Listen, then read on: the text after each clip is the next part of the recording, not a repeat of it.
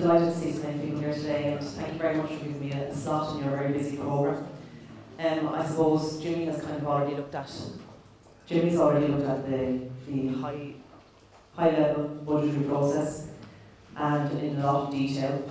He mentioned as he was going through one particular issue that he had concerns about, and certainly from our perspective it's something that we're very interested in getting views on, and it is in relation to the municipal district budget process. And I know not all of you here have municipal districts, but equally we're interested in getting views from people who don't have municipal districts on how processes might perhaps be adapted to facilitate whatever your requirements are.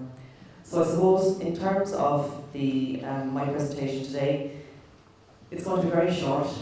I'm going to do a very quick review of the municipal district budget process.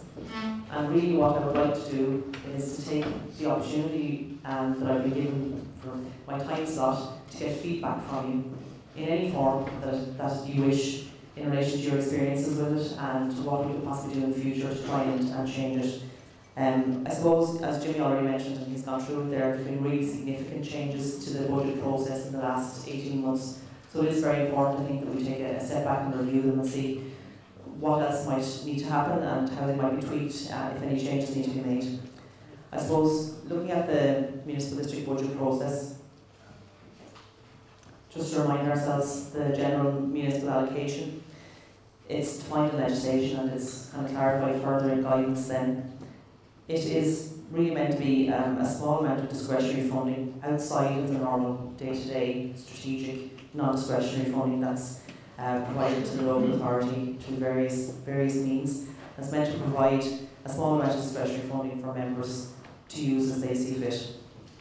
So I suppose the process involved is called, I suppose, preparation of draft budgetary plan. There's a draft budgetary plan to be prepared for each municipal district. It is prepared by the Chief Executive and his team, and is to be prepared in a fair and equitable manner.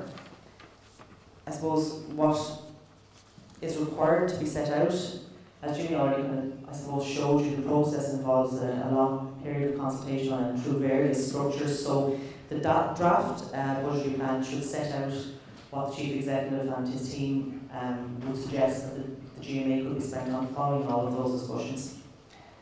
The draft budgetary plan must be discussed at a meeting of the municipal district and can be adopted without amendment.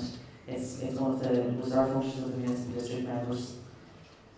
So I suppose if one is adopted, then the Chief Executive must take account of it in preparation of the full local authority budget. If one is not adopted, the Chief Executive can still propose a GMA in full local authority budget for your consideration.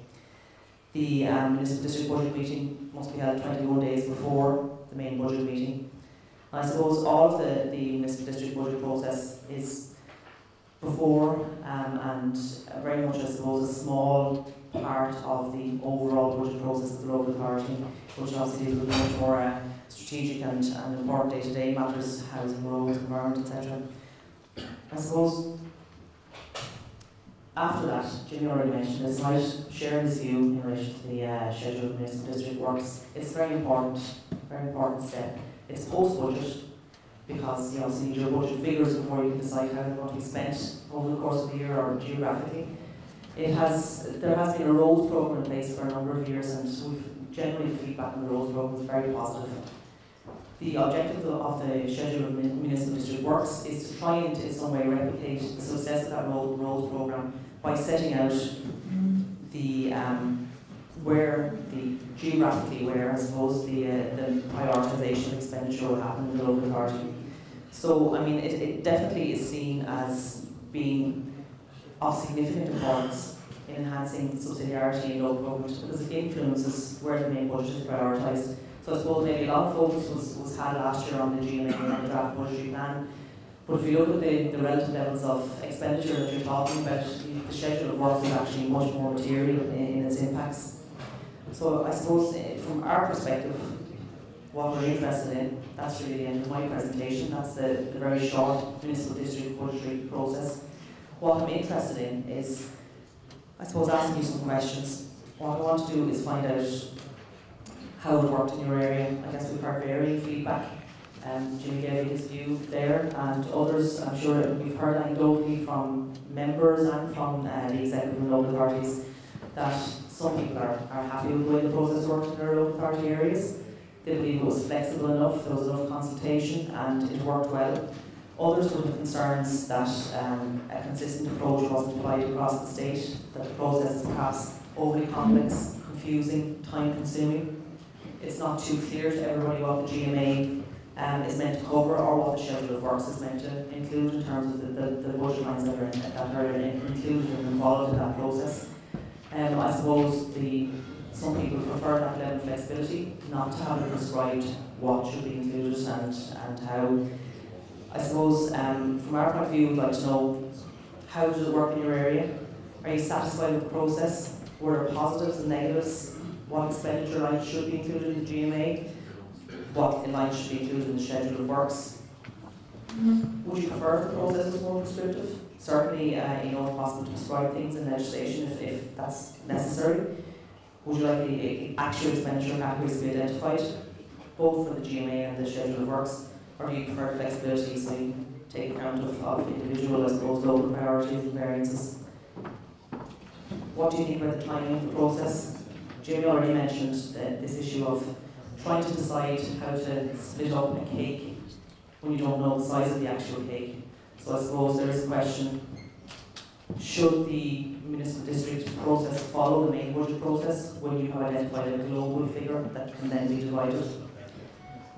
So from the department's perspective, we want everybody's views really, I suppose. We want to consider any feedback we receive, both through these fora, and if you wish to make further submissions to the AILG, we very much welcome them.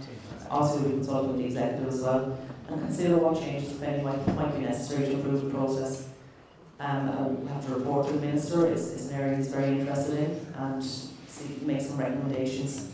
I suppose in terms of the 2016 budget process, which I know is already probably commencing in terms of consultations in some local authority areas, or certainly will shortly, given that a lot of this is set out in primary legislation, it's unlikely that there will be material changes to the 2016 budget process. Because primary legislation obviously will take a bit of time to go through the Houses of the Oireachtas. It may be possible that we could make some possibly short-term tweaks that might improve it. But one way or another, I suppose, to have a clear plan for the future and to work on maybe trying to improve things further for 2017, if that's what people, if that's the feedback that we get, and if that's what the government decides, then certainly now is the opportune time to start that process. So that's really I've got questions to have actually. So that's the end of my presentation. So I'll say hopefully I look forward to receiving all of your views.